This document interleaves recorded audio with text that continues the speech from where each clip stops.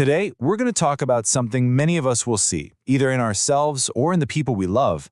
It's this change in our internal clock, a shift we're calling the rhythm of age.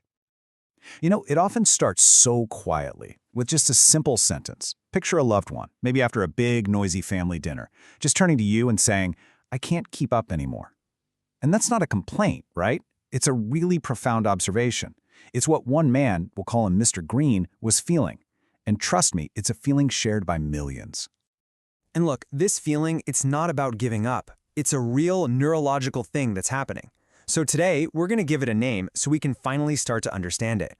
What you're seeing is the quiet frustration of cognitive processing slowdown. So what does that actually feel like? What's it like when the world just seems to be hitting the fast forward button all around you? Let's go back to Mr. Green at that dinner table. The conversation is just swirling around him, right? A total whirlwind of jokes and stories. It's not that he's not interested, it's just that the words are moving too fast for him to catch them. Or picture this, him sitting in front of the TV with all those flashing headlines and reporters talking over each other. It all just kind of turns into white noise. That is the heart of this experience. The world feels like it's stuck on fast forward, and you're just living in regular time. Okay, and this right here, this is probably the most important thing to get, and it's a real game changer in how we think about this. This is about tempo, not intelligence. So, what are we actually talking about here? Well, cognitive processing slowdown is simply when the brain's ability to take in information, figure out what it means, and then respond to it starts to take a little bit longer. It's kind of like the processor in a computer getting a little older. It can still run all the software perfectly, it just takes a few extra seconds to load everything up. The mind's internal clock is just ticking at a different pace. That's it. And listen, getting this right is absolutely crucial because it clears up so many painful misunderstandings. What we're seeing is not a loss of intelligence. It is not apathy or someone being lazy, and it is definitely not someone just not paying attention.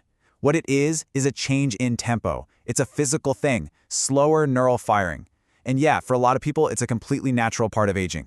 Understanding this one slide can honestly change everything about how we interact with the people we love. And that, of course, brings us to the big question, the one that's probably on your mind right now, the one that looms over so many families. Is this an early sign of dementia? It's a totally valid and really important fear. And the answer, and I really hope this brings some peace of mind, is not necessarily. It's so important to hear that. This slowdown is about timing. It's about the speed of the brain's processor, not the kind of fundamental cognitive decline like memory loss or getting disoriented that we associate with dementia. So if it's not what we're afraid it is, then what do these behaviors actually mean? Let's try to decode them. When we see a loved one start to tune out during a fast-moving conversation, our first thought might be, oh, they're not interested. But what if we looked at it in a totally different way? What if that behavior is actually their mind's way of sending up a flare? Of saying, please just slow down a little so I can stay with you. It's not apathy. It's an act of self-preservation. So what are the signals we should be looking out for? Well, you might see them withdrawing from big group conversations that move too fast. Or you might see them get visibly frustrated during those discussions. You'll definitely notice longer pauses before they answer a question. Or maybe there's a new resistance to learning new technology with all its rapid-fire instructions. These aren't signs of stubbornness. They're signals that the world around them is just out of sync with their internal rhythm. Okay, so we've got the what and the why. Now for the really important part, the how. How do we bridge this tempo gap? How do we build a stronger connection? Let's get into some real strategies. So here's a toolkit of 6 simple but really powerful strategies. First, and this one is huge, pause before repeating. Just give them that extra second for the information to land. Second, simplify without infantilizing, and we're about to see a perfect example of this. Third, reduce competing stimuli. Turn off the TV in the background when you're trying to talk. 4, use visual anchors, like a simple gesture or pointing to what you're talking about. 5, validate, don't correct. Acknowledge their effort. And finally, number 6, encourage predictable routines. Predictability just lowers the stress and makes everything feel safer. Let's really zoom in on that second point. Simplify without infantilizing. It is such a subtle but powerful shift. So on the left is how we normally talk, right?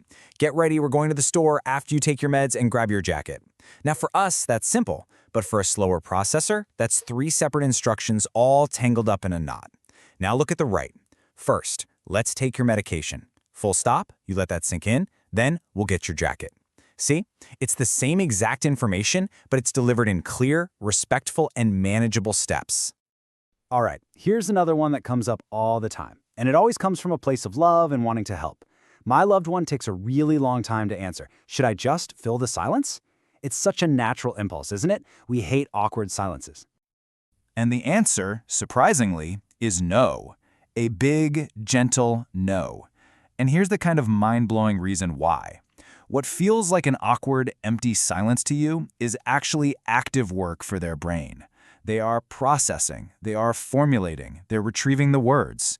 Interrupting that silence is literally like pulling the plug on a computer while it's in the middle of a calculation. You just break their rhythm and force them to start all over again.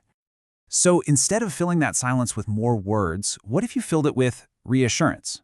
A simple, incredibly powerful phrase like, "Take your time, I'm not in a hurry," can be an absolute lifeline. It just lifts this immense pressure off their shoulders and makes it safe for them to keep thinking.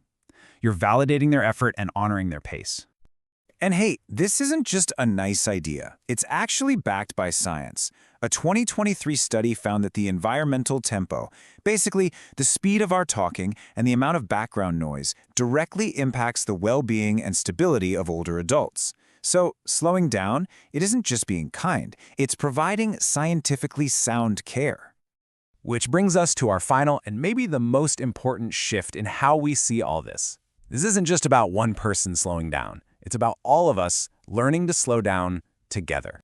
Because when we make that conscious choice to adjust our own speed to meet someone at their natural pace, something almost magical happens. The whole dynamic shifts. We go from a state of chaotic static to a really clear signal, and all that frustration on both sides, it just melts away. Connection replaces confusion. So if there's one thought I can leave you with today, it's this. Compassion isn't always about doing more. It's about moving slower together. By adjusting our own rhythm, we don't just help someone else keep up. We actually join them on their path, walking side by side. We find a new, shared rhythm. And honestly, there's a profound beauty in that.